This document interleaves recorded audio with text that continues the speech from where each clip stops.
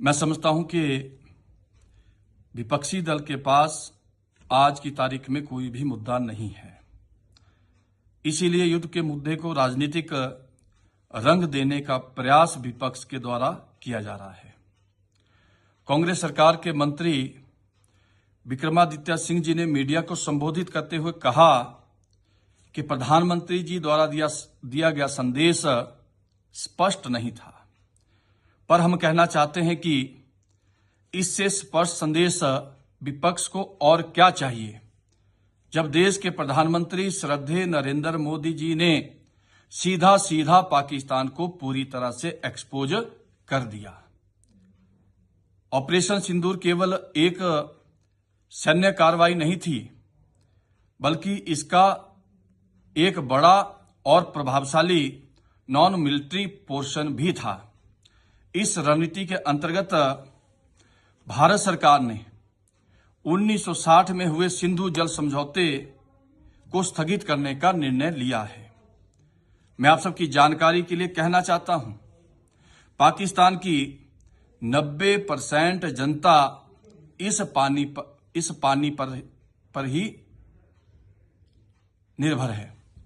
मैं आपको कहना चाहता हूं कि पाकिस्तान की 80% कृषि इस पानी पर ही निर्भर करती है।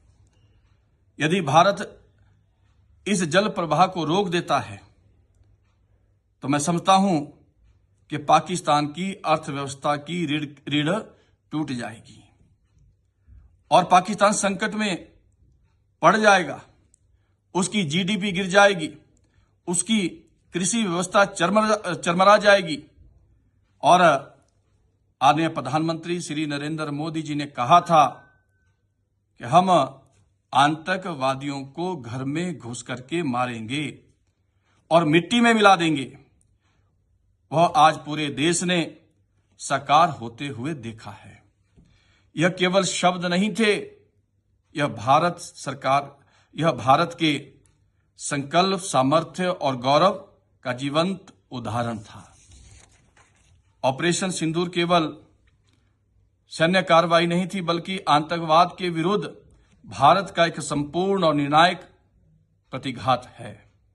यह कार्रवाई न केवल आतंकवाद को समाप्त करने के लिए की गई, बल्कि इसके नॉन मिलिट्री आयाम भी उतने ही प्रभावशाली थे, जिसे पाकिस्तान को एक कमजोर स्टेट के रूप में उजागर किया गया।